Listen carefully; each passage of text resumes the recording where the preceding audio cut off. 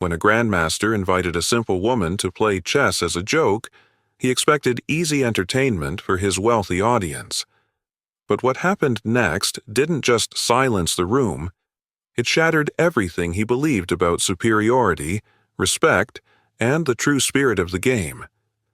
The crystal chandeliers cast dancing shadows across the marble floor as Dolly methodically cleaned each chess piece on the ornate tables. The exclusive chess club hummed with its usual evening activity, wealthy patrons discussing strategy over expensive wine, their voices echoing through the high-ceilinged room with the kind of confidence that only money could buy. Dolly had been invisible here for 3 years now. She'd watched these people treat chess like a status symbol, flaunting their ratings and memberships like jewelry. They'd drop names of famous players they'd met, brag about expensive coaching sessions, and look down on anyone who didn't belong to their elite circle. "Careful with that board. It's worth more than your monthly salary," one member had once told her. Dolly had simply nodded and continued cleaning, knowing that the beauty of chess had nothing to do with the price of the pieces. She'd grown up loving the game in her grandmother's tiny apartment, playing on a plastic set from the corner store. Her grandmother had taught her that chess was about the mind, not the money, about strategy, patience, and respect for your opponent. But this place had turned her beloved game into something ugly. That's exactly why she'd taken this job. Every day she watched these people mock everything she held sacred about chess. They'd analyze games they barely understood, criticize moves made by masters far better than themselves, and worst of all, they'd dismiss anyone who didn't fit their narrow definition of who deserved to play. "The help shouldn't even touch the pieces," she'd overheard a woman saying once. "They might not understand how delicate they are." Dolly had bitten her tongue that day, just like every other day. But deep down, a fire burned. She knew more about chess strategy than most people in this room would ever dream of knowing. She'd studied the game religiously, not for trophies or ratings, but because she genuinely loved the pure art of it. Tonight felt different somehow. The air was thick with anticipation as members prepared for their monthly charity exhibition. It was always the same routine. Wealthy donors would gather to watch demonstrations and feel good about their tax-deductible contributions. As Dolly arranged chairs around the main demonstration table, she noticed him strutting across the room like he owned the place. Marcus Cromwell, the club's pride and joy, a genuine Grandmaster who'd moved here 2 years ago and immediately became their celebrity trophy. Marcus was everything Dolly despised about the modern chess world. Arrogant, condescending, and obsessed with his own reputation. She'd watched him humiliate weaker players for sport, making jokes about their moves while an audience of sycophants laughed along. "Chess is about intelligence," he'd once declared during a lecture. "Some people simply aren't born with the mental capacity to truly understand this game. It's not their fault, really. It's just nature." The way he said it, with that smug smile and those cold eyes, had made Dolly's stomach turn. But she'd kept scrubbing the floor, invisible as always. Tonight, Marcus wore his usual expensive suit, and that insufferable grin that suggested he was about to entertain himself at someone else's expense. Little did he know that his favorite game was about to teach him a lesson in humility that no amount of money could buy. The charity event was in full swing when Marcus decided it was time for his favorite pastime, public humiliation disguised as entertainment. The donors had already contributed generously, wine was flowing freely, and the atmosphere was ripe for what he considered educational demonstration. "Ladies and gentlemen," Marcus announced, his voice cutting through the chatter like a knife. "Tonight I thought we might have a little fun with an impromptu lesson about the levels of chess mastery." The crowd gathered around, their faces lighting up with anticipation. They loved watching Marcus in action, especially when he was about to demonstrate his superiority over some unsuspecting victim. Dolly continued cleaning nearby tables, trying to remain invisible, but something in Marcus's tone made her pause. She'd learned to recognize that particular inflection. It meant someone was about to be humiliated for the crowd's amusement. "You see," Marcus continued, gesturing grandly, "there are natural hierarchies in chess, just as there are in life. Some people are born to be masters. Others—" He let his eyes scan the room theatrically. "Well, others serve different purposes." His gaze landed on Dolly, and that cruel smile spread across his face like oil on water. "You there," he called out, pointing directly at her. "Yes, you, the cleaning lady. What's your name?" Every head in the room turned toward Dolly. She felt their stares like pinpricks on her skin, but she kept her expression neutral. "Dolly, sir." "Dolly. Perfect. Tell me, Dolly, do you know how to play chess?" The question hung in the air like a trap waiting to spring. Dolly could feel the crowd's amusement building. They were already enjoying the setup for whatever humiliation Marcus had planned. "I know the rules, sir," she replied quietly. Marcus clapped his hands together with exaggerated delight. "Wonderful. Ladies and gentlemen, what do you say we give Dolly here a chance to play against a real Grandmaster? Just for fun, of course." The crowd murmured their approval, some already chuckling at the absurdity of the suggestion. A few whispered comments reached Dolly's ears. "This should be quick, and poor thing doesn't know what she's getting into." "Oh, I couldn't, sir," Dolly protested, playing her part perfectly. "I'm working, and I'm sure you have more important—" "Nonsense," Marcus interrupted, clearly relishing the moment. "Consider it part of tonight's entertainment. Besides, it'll be educational for everyone here to see the difference between natural talent and, well, enthusiasm." The crowd laughed at his thinly veiled insult. Marcus gestured toward the ornate demonstration table in the center of the room, its expensive pieces gleaming under the chandelier light. "Come now, don't be shy. I promise I'll go easy on you. We'll make it quick. I wouldn't want to keep you from your duties too long."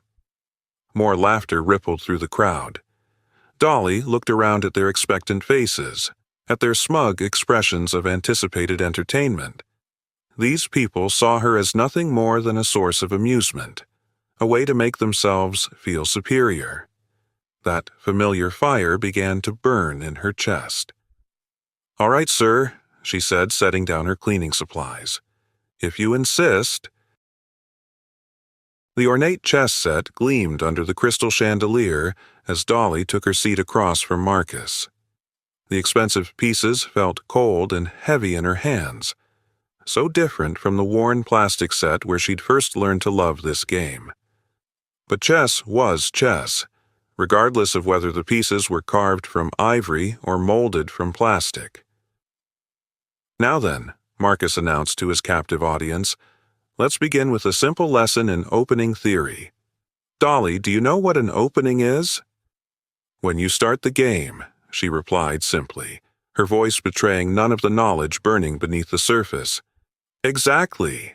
Marcus beamed condescendingly. "Very good. Now, I'll show everyone how a master approaches the opening compared to, well, someone without formal training." He gestured dramatically at the board. "The key to chess mastery lies in understanding principles that take years to develop. Pattern recognition, positional understanding, tactical awareness. These aren't things you can simply pick up by watching." The crowd nodded sagely, as if they themselves possessed such deep understanding. Several members positioned themselves for better views, their phones already out to capture what they assumed would be a quick and amusing demolition. "Ladies first," Marcus said with exaggerated chivalry, indicating that Dolly should play white. Dolly moved her king's pawn 2 squares forward, 1 of 4. A classical choice, but Marcus immediately pounced on the opportunity to lecture. Ah, yes, the most basic of openings. King's pawn to a 4. Very predictable. You see, everyone, he addressed the crowd while moving his own pawn to a 5. Beginners always start with the most obvious moves. They haven't developed the sophistication to understand the subtleties of modern opening theory. Dolly quietly developed her knight to f3, attacking Marcus's pawn. Standard, solid, unremarkable, exactly what everyone expected from someone of her supposed level. Marcus responded with knight to c6, then launched into another mini-lecture. Notice how I'm developing with tempo, maintaining central control while preparing for more complex strategic ideas. This is the difference between playing moves and understanding chess. The early moves continued in textbook fashion. Dolly played 3 b5, the Roy Lopez opening. It was classical, well-known, the kind of opening any beginner might stumble into by accident. Oh my, Marcus chuckled, she's accidentally fallen into the Roy Lopez. How quaint. Of course, knowing the first few moves of an opening is quite different from understanding its deeper strategic concepts. But something nagged at the back of Marcus's mind as the game progressed. Dolly's moves, while appearing simple, were precisely correct. Not just playable, correct. Her pieces developed naturally, her pawn structure remained sound, and she hadn't made a single inaccuracy. Probably just beginner's luck, he told himself.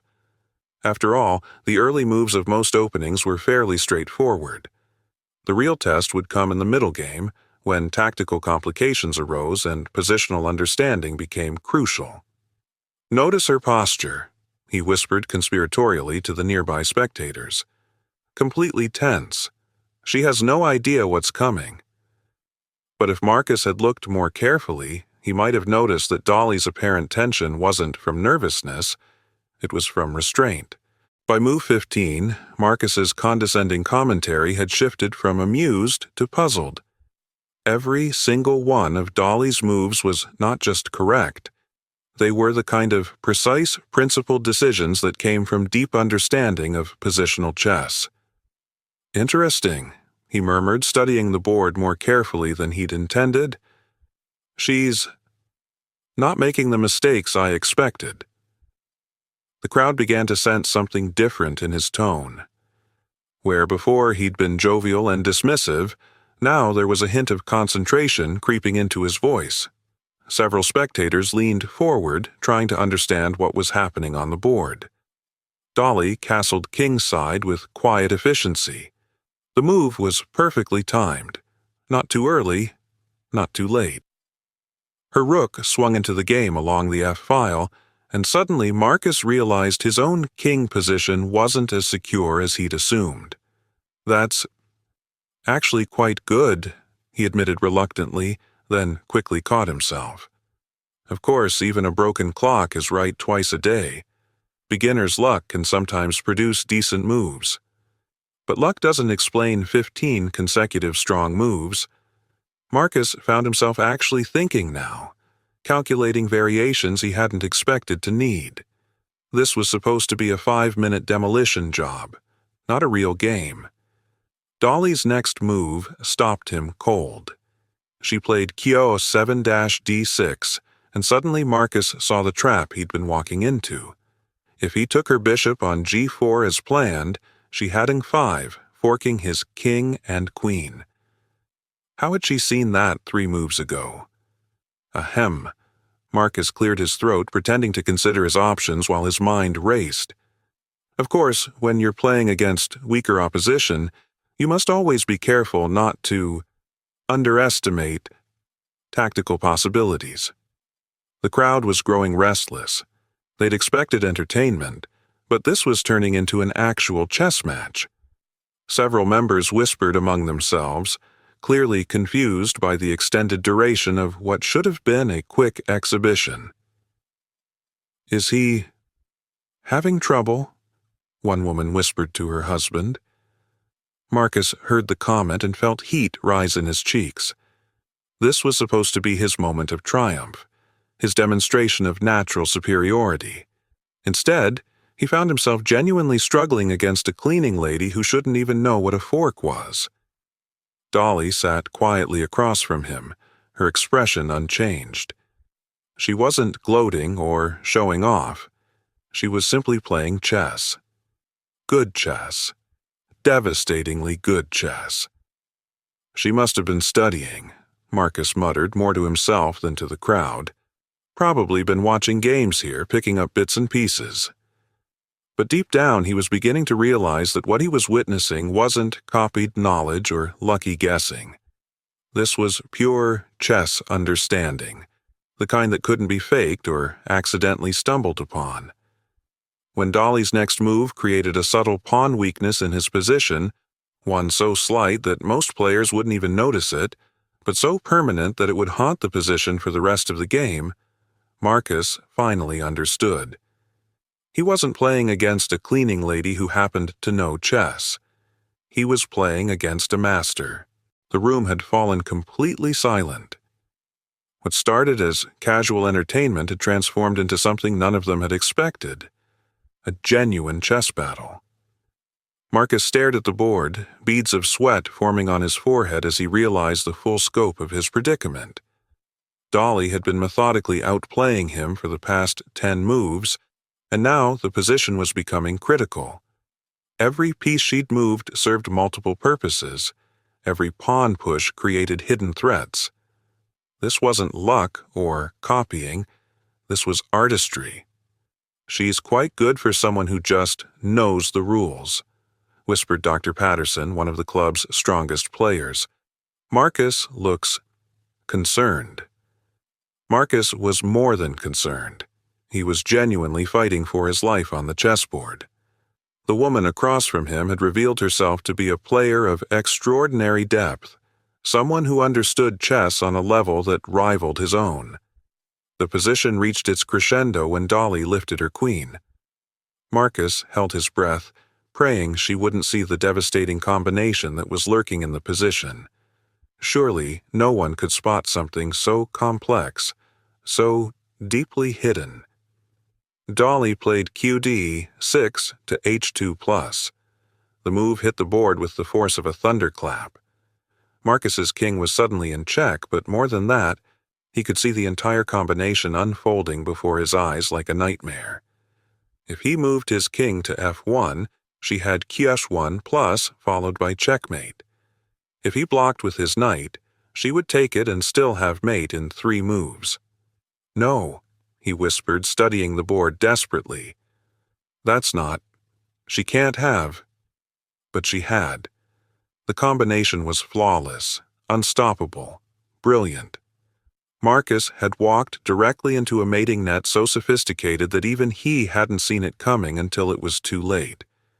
The spectators began to understand what was happening. Dr. Patterson's jaw dropped as he traced the forcing sequence. That's actually brilliant," he said in disbelief.